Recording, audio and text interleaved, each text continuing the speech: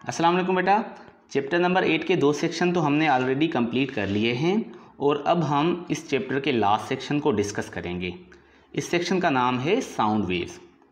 इस सेक्शन में हम साउंड वेव से रिलेटेड वेरियस टॉपिक्स को डिस्कस करेंगे, जैसे कि Newton's formula to calculate speed of sound in air and Laplace correction.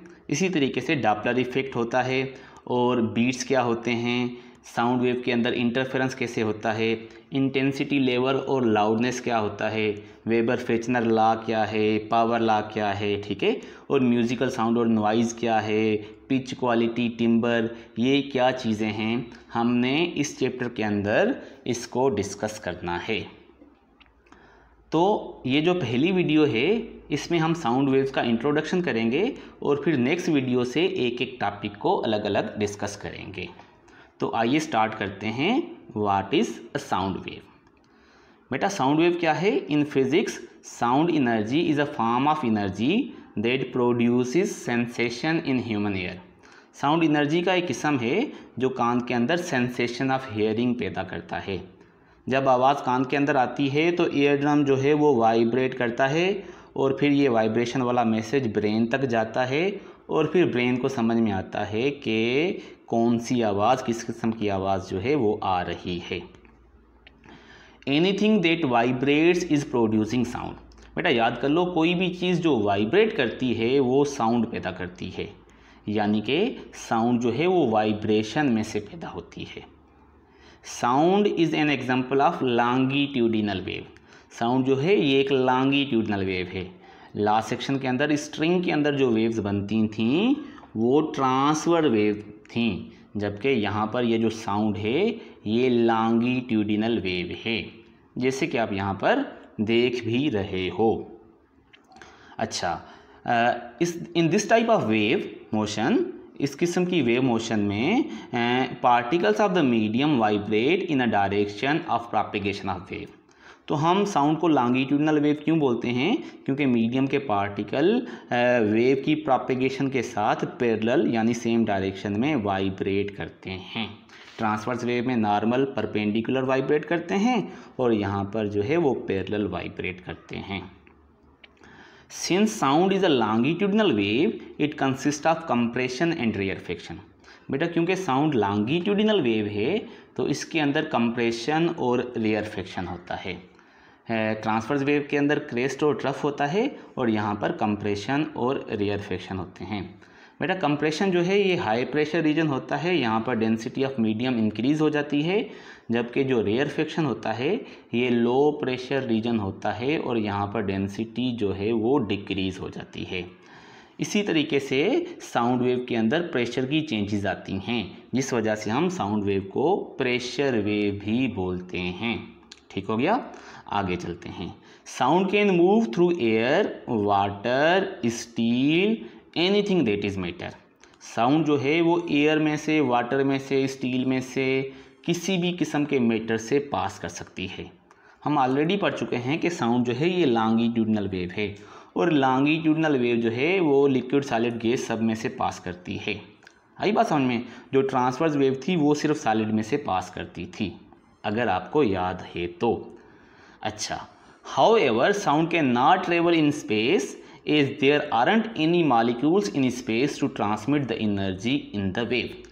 याद कर लो कि साउंड जो है वो सारे मीडियम में से ट्रेवल करती है, पर वैक्यूम क्योंकि मीडियम ही नहीं होता तो वैक्यूम में से ट्रेवल नहीं करती। ठीक है, क्योंकि वैक्यूम के अंदर मीडियम ही नहीं होते, सॉरी पार्टिकल ही नहीं होते जो एनर्जी को आगे ट्रांसमिट करें।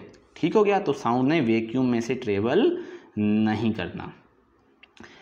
In air at 0 degree centigrade the speed of sound is 331 metre per second. बेटा एयर में 0 डिग्री सेंटीग्रेड पर साउंड की जो रफ्तार है वो 331 मीटर पर सेकेंड होती है। ठीक है, it increases with temperature. Temperature को इंक्रीज करने से ये इंक्रीज होती है। जैसे अगर हम रूम टेम्परेचर पर आ जाएंगे तो 343, 343, 344, ठीक है ना, तकरीबन 344, 345 मीटर पर सेकेंड हो जाती है। ठीक है, तो टेम्परेचर को इंक्रीज करने से साउंड की रफ्तार इंक्रीज होती है। In liquid the speed of sound is more like 1000 metre per second, liquid में ये इंक्रीज होकर 1000 मीटर पर सेकेंड हो जाती है, और टिपिकल सॉलिड्स के अंदर ये 5000 मीटर पर सेकेंड तक इंक्रीज हो जाती है। यानी एयर के अंदर कम और टेम्परेचर को इंक्रीज करने से इंक्रीज तो होगी, पर लिक्विड के अंदर 1000 मीटर पर सेकेंड और सॉलिड के अंदर 5000 मीटर पर सेकेंड। तो इस तरीके से डिफरेंट मीडियम में साउंड की जो वेलोसिटी है वो किस तरीके से वेरी करती है, आपने इस बात को दिमाग में याद रखना है। अच्छा, लाइट और साउंड के दरमियान में हम कंपैरिजन करेंगे तो बात समझ में आएगी कि साउंड क्या है और लाइट क्या है, और याद भी रहेगा। तो light is an electromagnetic wave whereas sound is a mechanical wave. ठीक है, लाइट जो है वो नॉन मैकेनिकल इलेक्ट्रोमैग्नेटिक वेव होती है और साउंड जो है ये मैकेनिकल वेव होती है। दूसरी बात, light is a transverse wave in nature whereas sound is a longitudinal in nature. Light transverse होती है और जो साउंड है ये लॉन्गिट्यूडिनल वेव होती है। ठीक है, light can be polarize but sound can not be polarize. बेटा लाइट के अंदर पोलराइजेशन होती है पर साउंड के अंदर पोलराइजेशन नहीं होती। साउंड के अंदर दूसरी सारे काम होते हैं जो वेव्स के अंदर होते हैं, जैसे इंटरफेरेंस होता है, डिफ्रैक्शन होती है, डिस्पर्शन होती है, रिफ्लेक्शन होती है, रिफ्रैक्शन होती है, पर पोलराइजेशन नहीं होती, क्योंकि पोलराइजेशन जो है वो ट्रांसवर्स वेव के अंदर होती है। Velocity of light decreases from vacuum to air to liquid to solid. बेटा जो लाइट होती है ये सबसे ज़्यादा फास्ट वैक्यूम में चलती है और फिर एयर में थोड़ा स्लो हो जाती है, लिक्विड में और स्लो हो जाती है और सॉलिड में सबसे ज़्यादा स्लो हो जाती है। तो लाइट की बात करें तो वैक्यूम में तेज़, और फिर जैसे जैसे मीडियम डेंस होता जाएगा तो वेलोसिटी जो है लाइट की दूसरे मीडियम में जाकर डिक्रीज़ होती है। ऑन द अदर हैंड अगर हम साउंड की बात करें तो velocity of sound increases from air to liquid to solid. बेटा एयर में सबसे स्लो होती है और लिक्विड में जैसे आपने पहले भी देखा है कि लिक्विड में 1000 हो जाएगी, तो लिक्विड में तेज़ और सॉलिड में 5000 यानी और तेज़। तो साउंड जो है वो लाइट के बिल्कुल अपोजिट है। ये वैक्यूम में तो चलती ही नहीं, एयर में स्लो चलती है 330, और फिर लिक्विड में थोड़ा तेज़, और फिर सॉलिड में सबसे ज़्यादा तेज़ ये ट्रेवल करती है। तो आपने साउंड और लाइट का कंपैरिजन करके देखा तो आपको ये बातें फिर इस तरीके से याद रह जाएंगी। आगे चलते हैं बेटा, अब हम देखते हैं कि जो साउंड होती है ये 3 किस्म की होती है। ठीक है, सबसे पहली जो है वो है Audible sound waves. Audible sound waves ऐसी साउंड वेव्स होती हैं जिनकी फ्रीक्वेंसी जो है वो 20 हर्ट्ज से लेकर 20 किलो यानी 20,000 हर्ट्ज के दरमियान वाली रेंज में हो। ये साउंड जो हैं ये हमें सुनाई देती हैं, दैट इज़ वाई हम इसको क्या बोलते हैं, ऑडिबल साउंड। ठीक है, और ये जो साउंड हैं they are generated by vibrating bodies. ठीक है, वाइब्रेटिंग बॉडीज़ जो हैं ये इनको जेनरेट करती हैं, जैसे कि वोकल कॉर्ड हो गया या स्ट्रेट स्ट्रिंग हो गया या कोई मेम्ब्रेन हो गया, ढोल का कोई पर्दा हो गया। तो ये जितनी भी आवाज़ें हमें सुनाई देती हैं फिर उनका जो सोर्स है वो कोई भी वाइब्रेटिंग पार्टिकल या वाइब्रेटिंग बॉडी हो, वो ऑडिबल साउंड्स पैदा करती हैं। ठीक हो गया। अब हमें क्या पता है कि जो रूम टेम्परेचर होता है उसमें साउंड की एयर के अंदर जो स्पीड है वो 343 मीटर पर सेकेंड होती है। तो ऑडिबल साउंड की फ्रीक्वेंसी का भी पता लग गया और स्पीड का भी पता है। तो अब हम यहाँ से ऑडिबल साउंड की वेवलेंथ भी निकाल सकते हैं बाय दिस रिलेशनशिप, क्योंकि हमें पता है v is equal to mu lambda. तो वेलोसिटी और फ्रीक्वेंसी का क्योंकि पता है तो यहाँ से हम वेवलेंथ भी निकाल सकते हैं। तो बेटा इसी तरीके से अगर हम वेवलेंथ निकालते हैं तो wavelength of sound of audible to human ear is 20 hertz to 20 kilo hertz जो होती हैं, ये ऑडिबल साउंड जिसकी फ्रीक्वेंसी 20 से लेकर 20 किलो तक होती है, उसकी जो वेवलेंथ होती है वो 17 मीटर से 17 मिलीमीटर के दरमियान में होती है। याद कर लो ये कैसे हुआ बेटा, अगर हम फ्रीक्वेंसी के बदले 20 हर्ट्ज रख दें और वेलोसिटी जो है वो 343 रख दें तो वेवलेंथ मिल जाएगी, वेवलेंथ 17 मीटर मिलेगी। और अगर हम फ्रीक्वेंसी के बदले 20 किलो रखेंगे तो फिर वेलोसिटी जो है वो 17 मिलीमीटर मिल जाएगी। ठीक है, तो 20 हर्ट्ज़ वाली साउंड जो है वो 17 मीटर की होती है वेवलेंथ में, और 20 किलो वाली जो है वो 17 मिलीमीटर वाली होती है। ठीक हो गया। जो नेक्स्ट वेव है वो है इंफ्रासोनिक वेव्स।